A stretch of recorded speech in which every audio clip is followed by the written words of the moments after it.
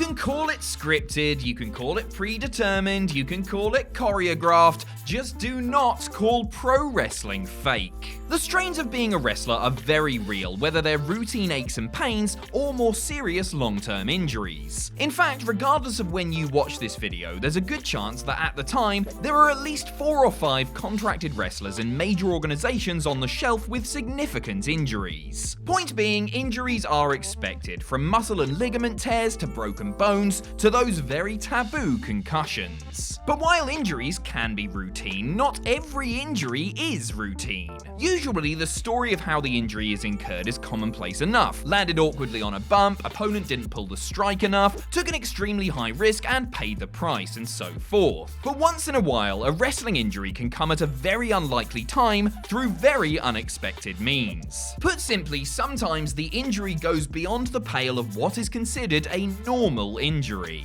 Some of the following entries are silly, some are a wee bit more gruesome and dire, but they all occurred in and around the ring in a wrestling context, and they came at a point when they were least expected. I'm Adam Pacitti from Cultaholic Wrestling, and these are the 10 weirdest injuries sustained by pro wrestlers. Join us.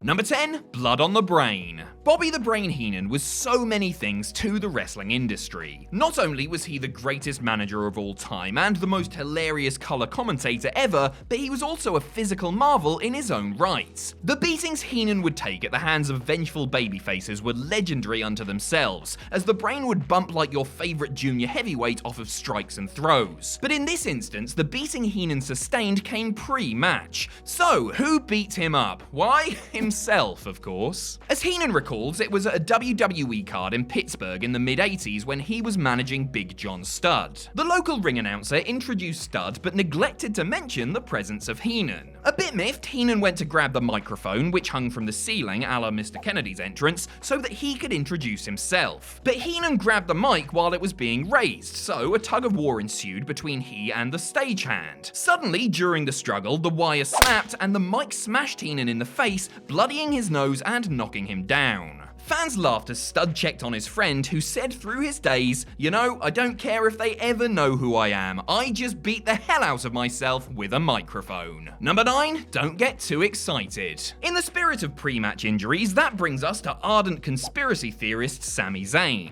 Anyone that's seen Zayn make his entrance knows that El Generico's dear friend has quite a bit of elasticity. The exuberant dance moves, the slinky-like movements in his unorthodox walks, Zayn sometimes feels like a cross between a contortionist and one of Bayley's old wacky inflatable tube men. And sure enough, when Zayn wrestled his first main roster WWE match in 2015, he brought the energy to his entrance, with rather unfortunate results. It was in Zayn's native Montreal that John Cena issued another installment of his US title Open Challenge. National hero Bret Hart personally came out to introduce the mystery challenger, and wouldn't you know it, the city of festivals erupted for the arrival of Zayn.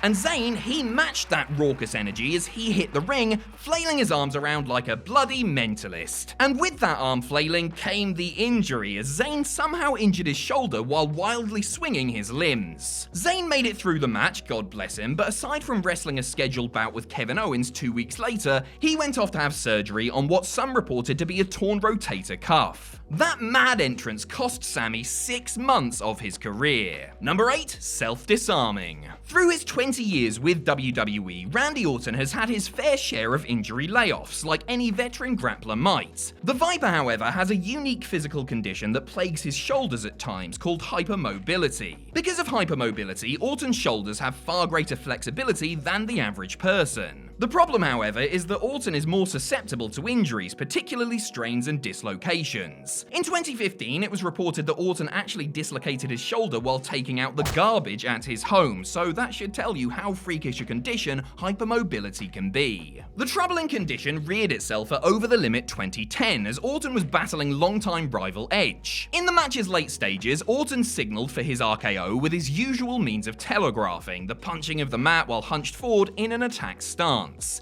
It was there that one of Orton's canvas strikes proved too much for his shoulder, causing what some sources claimed was a dislocation and others a separation. Whichever it was, the pain was enough for Orton to grab his arm and then roll out of the ring and try to regroup. The match ended in a double countout shortly after. Fortunately for Orton, he avoided a long stint on the injured list and was back in the ring 2 weeks later. Number 7, a costly bump. The British Bulldog Davey Boy Smith accumulated his share of injuries through a 2+ decade career, but none were as life-altering as the ones he sustained at WCW's Fall Brawl in 1998. On the surface, nothing looked all that amiss to an observer as Bulldog teamed with in-law Jim Neidhart for a match with Alex Wright and Disco Inferno. As the tag team opener wore on, however, the Bulldog ended up taking a routine bump off a slam, but it wasn't all that innocuous. What Smith landed on was not a standard wrestling ring surface, but rather a concealed trapdoor. The Warrior was going to make a mystical entrance through the mat that night, so the ring was rigged to allow for that. Bulldog landed on that irregular trapdoor and caused all sorts of problems for his spine, including career-threatening vertebrae damage. To make matters worse, as a result of the injuries, Smith developed a staph infection in his spine that left him bedridden long-term,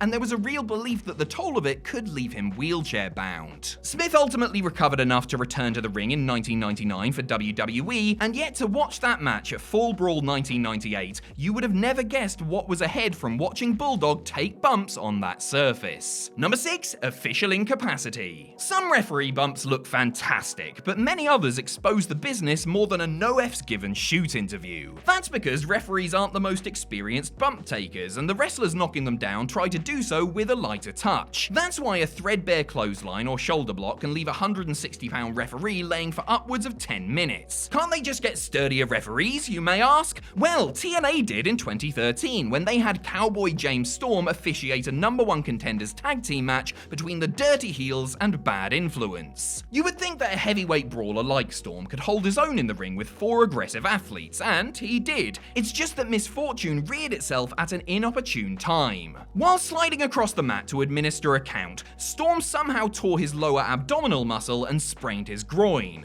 It was clear that the Cowboy was hurting as he got to his feet, but he did manage to press on, even throwing a few super kicks per the match plans. Somewhat miraculously, Storm was back in action 2 weeks after sustaining the injury and managed to become a tag team champion at Slammiversary shortly after. Instead of feeling sorry about his damn luck, James Storm persevered in spite of the situation. Number 5, one small step. The New World Order was back with a vengeance in 2002, and WWE was officially on notice. However, instead of wreaking havoc and killing the company, the NWO imploded in under 6 months. Of the core trio, Hulk Hogan went babyface a month after the return, and Scott Hall was fired 6 weeks later, following the plane ride from hell fiasco. That left the 7-foot Kevin Nash, who went on the shelf in late March with a biceps injury. The NWO was simply circling the drain by July, and Nash's comeback cemented its demise. On the July 8th episode of Raw, Nash took part in his first match in over 3 months, a 10-man tag. The idea was to re-establish Nash as a killer giant, saving him until late in the fracas, and then have him demolish the babyface foes one by one. Nash tagged in as planned, dominated for a few seconds, and planted Booker T with his big boots. And then, as Nash stepped over Booker to charge the opponents on the apron, he awkwardly stumbled and went down screaming. Mere seconds into his comeback, Nash had torn his quadriceps. Big Sexy proceeded to miss the next 7 months with the injury. His only ring action in the 1-year span was that brief foray in that 10-man. Number 4, a sight for sore eyes. When you put Big Van Vader in the same ring as Stan Hansen, you are setting the stage for a killer Hoss battle. Neither man was known for holding back in or around the ring, and two bulls their size threw strikes like nobody's business. In February of 1990, IWGP Heavyweight Champion Vader met Hansen at the Tokyo Dome, and it was fixing to be a war. This was apparent when Hansen wildly swung his bull rope at Vader pre-match, breaking his nose with the cowbell. But that was merely the second worst injury Vader sustained that night. As expected, Vader and Hansen went on to pummel each other with reckless abandon. abandon. At one juncture, Vader reseated Hansen for the nose break with a hard cuff around the side of the head. This kicked off a wild slugfest in which Hansen inadvertently thumbed Vader in his right eye while throwing a haymaker. At first, nobody noticed anything was amiss until Vader removed his full of face mask, revealing that his eye had been dislodged from the socket. He even continued to work for a bit while trying to put the eye back in one of wrestling's more surreal visuals. Vader went on to have surgery to properly fix his face and missed 2 months of action. Thankfully, Vader did come to find humor in the incident, jokingly recreating it at the 2016 WWE Hall of Fame ceremony. Number 3, lend me your ear. Just on the title alone, you should know the story that is about to be told. Once more, Vader is involved, but here his body remains pretty well intact. Instead, it's poor Cactus Jack that is the victim of one of wrestling's most unique injury moments. In March of 1994, WCW went on a tour of Germany, and there the two sadistic brawlers had a pair of bouts. The more infamous one took place in Munich and resulted in Mick Foley losing a rather notable part of his anatomy. The fateful spot saw Cactus charge Vader at the ropes, only for the monster heel to sidestep, resulting in Foley getting hung up in the two top ropes. It's a spot Foley had done often, but this time there was a major problem. The ring crew had tightened the ropes to maximum tautness, and Foley's neck was being dangerously squeezed by the vice-like cables. In desperation, Foley ripped his head through the narrow opening, creating a large gash on his right ear. The action continued, and a few Vader strikes later, a chunk of Cactus Jack's ear fell from his head. You would think that Foley would be upset about losing a major appendage, but he was actually more upset at WCW for not using this grisly spectacle to build a major grudge match, because WCW, you know? Number 2, Bronco goes bust. When Sean Waltman returned to WWE in 1998, he promised that he and the reconfigured D-Generation X were gonna rip ass on the World Wrestling Federation. Nearly 15 years later, the former X-Pac's vow came to mind when the legendary light heavyweight worked Jerry Lynn's retirement show in Minneapolis. Waltman and Lynn had an in-ring rivalry that dated back to the early 90s, and they competed in a 4-way main event with local wrestlers Horace the Psychopath and JB Trask. The night was a feel-good one for the widely respected Lynn, but Waltman?